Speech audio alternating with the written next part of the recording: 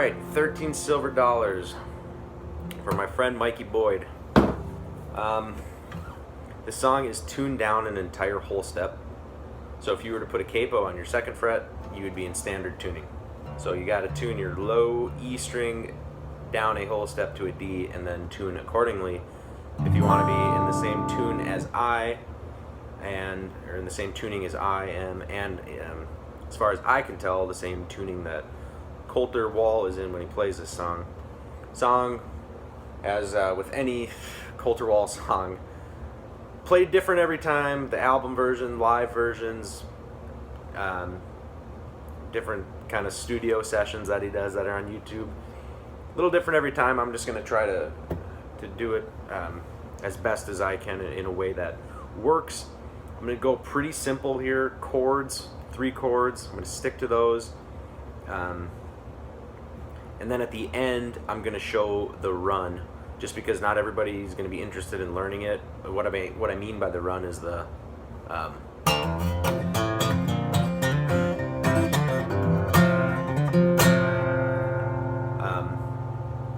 because you don't necessarily need that to play the song. It's probably the most complicated part, so I'll just leave it towards the end for people who want to know exactly what's going on there. Again, it's a 3-chord song. Technically, since we're tuned down a whole step, G is technically an F, but I'm going to still call chords their names as if we were in standard tuning, just for my own sanity and yours. 3 chords, G, C, and D. Now, when he plays a C, he walks up to it usually, and what I mean by that is open A string, 2nd fret, 3rd fret, into your C. A, B, C.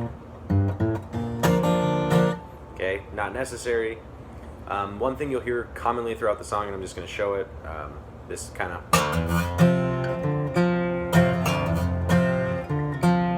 just because that's so prevalent throughout the song, I think it's worth showing, and it's really not that difficult if you just slow down and think about it. Open E string, 2nd fret, 3rd fret, you can just slide into it. And then the answer, as I call it, is just, it's an E, but it's the 2nd fret of the D string, which is your 4th string, and then play a G string open.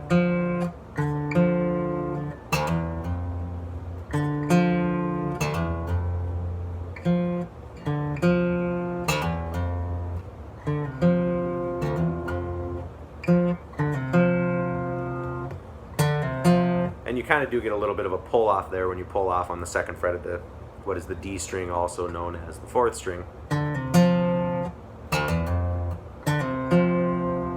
So that's fine, but that's what's going on there. Okay, so the chorus: G, C, G, G, G, G, C, G, G, C, G, and then you end on a D for the first like 3 verses. Basically, it's kind of weird because it's like there's 4 verses and then there's like a chorus and the song ends. But for the first 3, that's basically how it goes. So I'll just show one because I think that's how they all end up going. So you'll start on G. Was it right? G. Everybody follow this. I'm going to go quick just because I hate to make a 20-minute lesson, and I think it's simple enough if everybody pays attention and goes slow. You can figure it out that I don't need to literally go line by line. And feel free to ask questions in the comments about a specific part. Okay. So you start on G. It was a cold and cruel evening, sneaking C up on Speedy Creek. G. So again, with that C, you could walk up to it. It was a cold and cruel evening, sneaking up on Speedy Creek. Okay. So like the real basic version would be, it was a cold and cruel evening, sneaking up on Speedy Creek. If you're a little more comfortable, you can, it was a cold and cruel evening, sneaking up on Speedy Creek. So that's kind of the difference of playing style. I'm not going to show it both ways. If you're comfortable enough playing kind of how as I showed it in the, you're going to be fine and you can figure it out. I'll just do the basic chords so that everybody of all skill levels will be able to do it. The guys who are skilled enough, guys and gals, I'm sorry, will be able to move forward and adapt it to a little more of an advanced playing in terms of just the rhythm and the notes you're emphasizing and dynamics and all that fun stuff, okay? So it was a G, a cold and cruel evening sneaking, C, up on Speedy Creek, G, and then you'll stay on G for this whole line. I found myself asleep in the snow, and then here's where you do that line.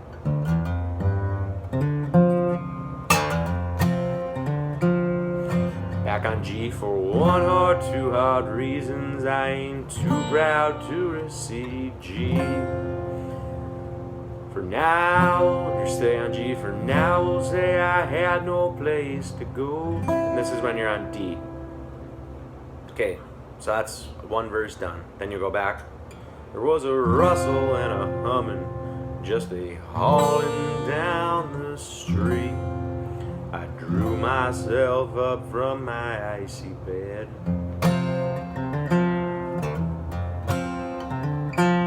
Okay, so you'll follow that chord progression. Same thing with the next line. At the final, you know, I just looked him in the eye and sang Blue Yodel number 9. He didn't catch the reference, I could tell. Back to D. And this, the last verse, is a little bit different because it doesn't end on D. That's really the only distinction. So, and the old familiar, start with G again, the old familiar click, and the handcuffs binding grip. You should have left me in the snow where I lay.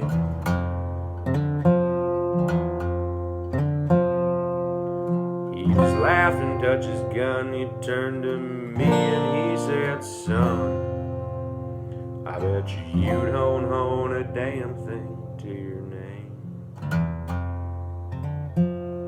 And there's a little bit of a pause, and this is where he gets into the actual, what I'm going to call the chorus. And everybody is familiar with this part, and it's kind of fun, and it speeds up, and it starts on a C. I got my health, my John B. Stetson, G. Got me a bottle, D. Got me a bottle D full of baby's bluebird wine. Go to G. I left my C somewhere down in Preston, G, along with 13 D silver bottles and my mind. And that's where he does that run.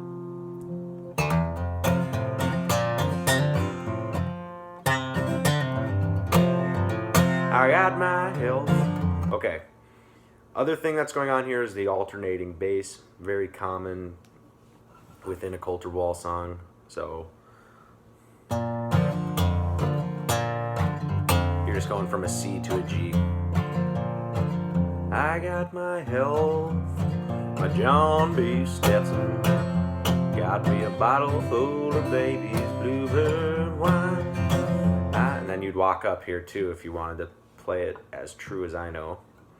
I go somewhere down in Preston, along with 13 silver dollars in my mind. So that's really the bare bones way to play the song. I know that that's not 100% complete, and you have to do some figuring out. I suggest, if you're the type of person who needs to see the chords, print the lyrics off the internet, take a pen and draw them in for each one and kind of figure it out. I think you'll learn a lot doing that. And frankly, I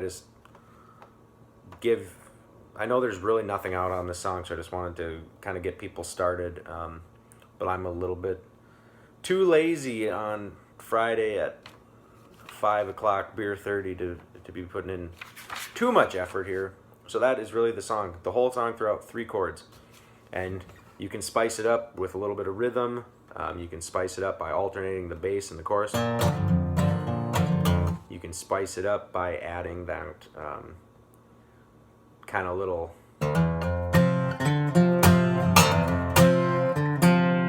that goes throughout. Again, you don't need to do that. And then the final thing, like I said, I promised that I would teach that run. Not horribly complicated, so I didn't mean to leave it at the end to be discouraging to anybody. But you start as you would, as most of you probably have figured out by now. And then it's boom, boom, boom. Okay. Open 2nd fret, 3rd fret on the E string, and then 2nd fret on what is the A string, the 5th string, and then 3rd fret, and then open G, hammer on, or open D, excuse me, and then you'll hammer on to the 2nd. You switch to a D chord, and then I just kind of do another hammer on the D string, 2nd fret. Okay. How to show this the best. If you can see what I'm picking to.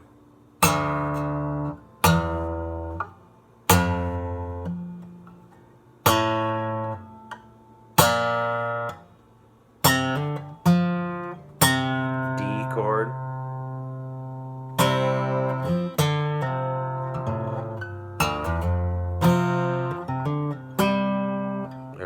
Ignore that.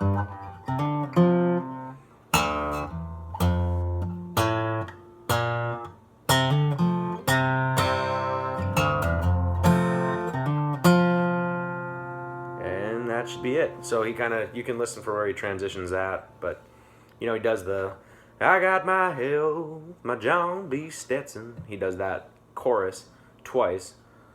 Along with 13 silver dollars in my mind. And then he, in between like chorus 1 and chorus 2, which are the exact same, he does that.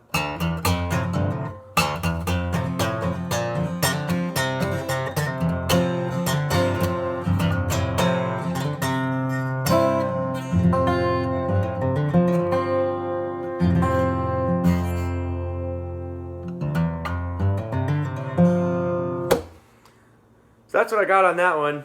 I appreciate that it is not perfect, but I hope it's helpful. I've never really taken the position that I'm teaching note for note guitar lessons. It's just kind of what I do. Throw it out there. I hope somebody can take it and run with it, and maybe hammer it down to more of an exact science than I have it. But I know people have been asking for it, and I think it's, if nothing else, it's a start. Have a great weekend.